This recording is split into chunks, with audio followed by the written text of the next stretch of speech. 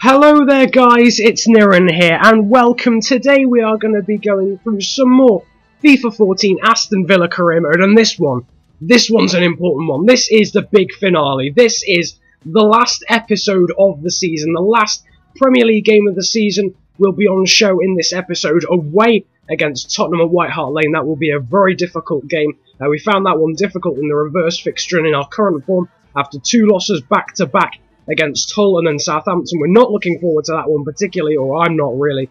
And then, of course, we've got the FA Cup final against Manchester United at Wembley. We've made it all the way to the final in the FA Cup. We've done really well in the domestic cups this year, as well as making it through to the semi-final of the Capital One Cup. But before any of that gets underway, let's just have a quick look at the squad report. And it's been a good season for these players. They've done a really good job there. Nathan Baker up 2, Maya up 1, Klein was up 2 as well a moment ago, and Akore up 3, Marco van Ginkel up 3. Unfortunately, I didn't put a bid to try and sign him on a permanent deal afterwards, so he can't sign. He's only on loan. But Bennett up 4 there, Backley up 3, Benteke up 3, Bakuna up 2, Broomer up 1, Vyman up 2, finally going back up to 76. Delp was up 2 moments ago as well, Westwood up 2, Bennett up 1, Clark up 1, and Zogby is still the same, perhaps a little bit disappointing, given down 3 unfortunately in his retiring season. But yeah, it's a bit disappointing I won't be able to keep hold of Marco van Ginkel. Of course, we will be getting Clement Grenier in the next transfer window after that pre-contract agreement signing from Lyon on a free transfer. He's worth £13.5 million. That's his value, just to put that signing into perspective. So getting him for free is absolutely awesome, to be quite honest. He'll be a great stat as well when he makes it. I'll do another squad report including him and showing you his stats when he joins the team after this episode. The next episode of this series will actually be a post-season and stats sort of episode. There won't be any games, there won't be any... well, there'll be sort of transfer activity, but there won't be any actual, probably solid transfers. I doubt it anyway. So yeah, just a heads up for that. If you're not looking to watch that, then that's what next episode I'm planning to do. But going into this one, we're going to put out a strong lineup. It had to be a strong lineup going into this game because I was not feeling confident, especially in the form we were in. Just the usual team, literally. Zila in goal, the back 4 being Klein, Lowton, the fullbacks, Vla, and not Akore, actually, Nathan Baker coming, because Akore had an absolute shocker against Southampton. But the first chance of the game coming in the 4th minute there for Paulinho, getting past, turning one of my defenders, but he's unable to force the shot in. But we are gift-wrapped a goal. And what a finish that is from Nathan Benteke. What? From Christian Benteke, making it 1-0 in the 8th minute for his 28th goal of the season. I think it's Vlad Kirikesh just backheels the ball straight to Christian Benteke. He's onto it before Benoit Suakoto, and he blasts it into Hugo Lloris's far top right corner. Or top left, possibly, I don't know. But still, that gives us a 1-0, but Gareth Bale, of course, still playing for Tottenham, forcing a great save there from Zila after getting past Baker relatively easily, but Benoit Suakoto playing in Nasser Chadli, he nods it down, and Gareth Bale coming very close there with the half volley. Don't think Zila had that one covered at all. But some great harrying play from Gabriel Agbonlahor, no, sorry, not Agbonlahor, from Van Ginkel. Vla able to pick the ball up, play it to Gabriel Agbonlahor, he cuts inside, past Sandra, past Kyle Walker, past Dawson, and fires it into the bottom right-hand corner as we view it, to make it 2-0 completely against the run of play for his 7th goal of the season. And we were now leading this game 2-0. Incredibly, after Tottenham had had all the good chances, Vla with one simple ball up the pitch, a great bit of play from Agbonlahor, cutting inside, past a probably quicker Kyle Walker off the ball, to make it 2-0 in the 42nd minute. We'd have the next chance as well. A bit of pinball play and Benteke getting away with the finish shot, but Hugo Lloris able to cat-like catch it there with cat-like reflexes. Anyway, going into stoppage time again, we pick the ball up and Benteke feeding in Bruno, but yet another good save, this time from Lloris again, but unable to save it and unable to hold on to it. But this was how it looked in the Barclays Premier League. Now, with those results, Liverpool would win the Premier League, with Chelsea coming 2nd and Manchester United in 3rd. Another good save though there from Zila, not a great clearance from Lowton, and again there the block even from Vla, and Zila would have to pounce on that. But yeah, currently with Cardiff beating Chelsea, Chelsea would only finish 2nd as Roberto Soldado with an extravagant bicycle kick. Really should have done better, to be honest. Probably could have just nodded it. But somehow a cross in there. Soldado able to turn past Lowton and Baker and somehow doesn't score. Soldado proving to be as unclinical as he is in real life. Sandro there with another chance, but an easy save for Zila, who was having an absolutely monumental game. Bruma, though, picking the ball up with a few minutes to go. Didn't realise there was a Tottenham player down at the time. I apologise for that. But Benteke there with the turn, and Lloris able to clearly save that, and Bruma unable to fire it back past Lloris in the ensuing carnage that followed. But we won the game 2-0 to ensure we got 4th place. We had 4th place tied up before we even entered the episode.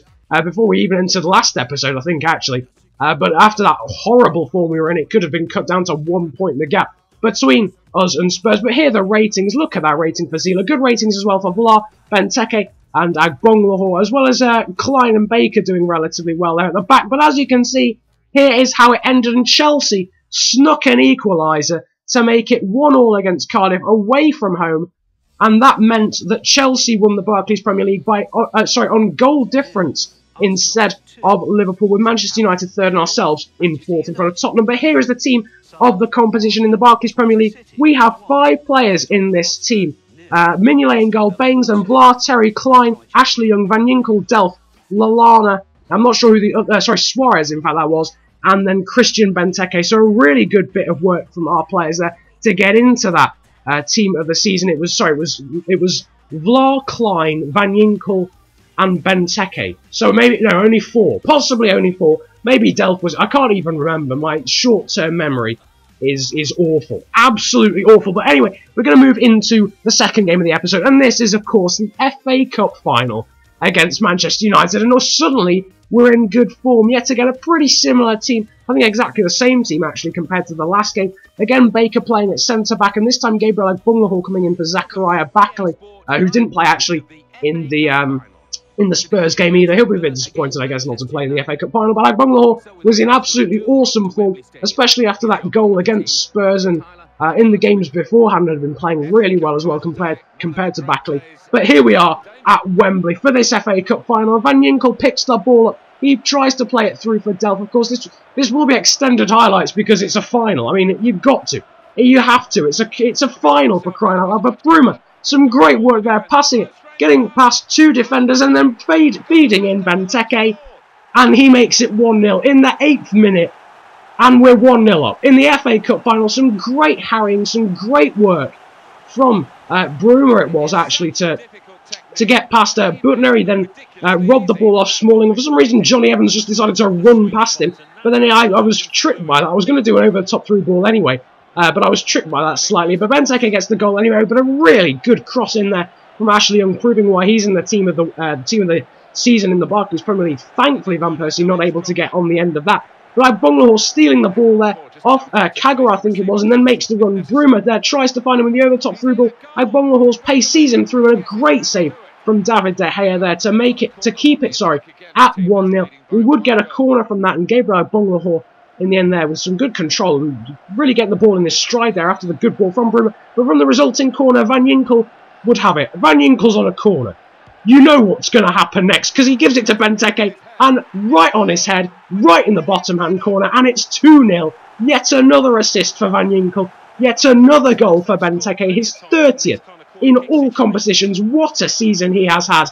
Past De Gea, nothing he could do. There was no one on the post, and so it was 2-0. Into the 22nd minute, just 4 minutes later, Agbonlahor steals the ball off Anderson, and now Delph is through. After what I think Manchester United actually had a free kick in our half, but Delph doing a great job to hold off. I think it was Patrice Evra in the end, and forced the save from De Gea. But Van Persie there, turning past Vla, and a long-range strike, easily saved though by Zila. Here are the stats though at half-time, and we had 4 shots, 4 on target compared to Manchester United's 2 and 1 on target. They had boss possession though with 56% of the possession, but of course we were leading by 2 goals still, and that's all that matters. But after a cross into the box there, Van Persie's header there really fluffed and really flapped at by Zila, but a good bit of clearance play even there from Lowton. But a few minutes later, this time Van Ginkel set through at the other end, and a great save there, instinctive save from De Gea, and eventually cleared away.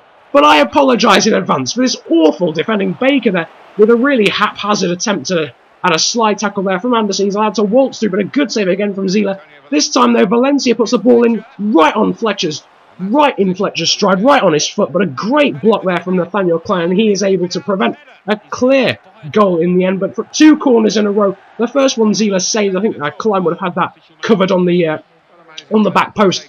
But then the second corner, the second header from Carrick, nowhere near the goal. Substitution there just made by myself. Greenwood was looking tired. We decided to bring on Vyman. That would be key, as you're probably about to find out in the next episode, unfortunately. But a great bit of defending there, firstly from Vlar and then from Lowton, and then able to pick out Benteke. Unfortunately, Benteke's pass is a little bit of a wasted one, but that was it, and that is how it ended. We won the FA Cup. We win the FA Cup, the Football Association Cup. I'm sure no one ever calls it that.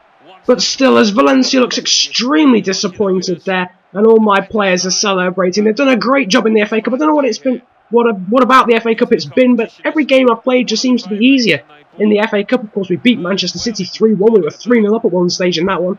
That was a relatively easy game. I mean, Manchester United pressurised at times, but it wasn't one-way traffic completely. We had Hull as well. We beat them 4-0, where we were unable to beat them at all in the league. Obviously, going down 1-0 to them last episode. So we played well, and I'm happy with the squad rotation players as well, putting in their part and doing well as well. Well, they may not have played in the Premier League, but getting some game time in the FA Cup and the Capital One Cup as well. We played well in that as well. Unfortunately, we were unable to make it to the final, but we did well here. Anyway, like and subscribe if you enjoyed. I'm hoping you did. After our awesome exploits in the FA Cup, as we there lift a trophy there, Nathan Baker of all people lifting. I don't know why, but still, they gave him the opportunity to lift that.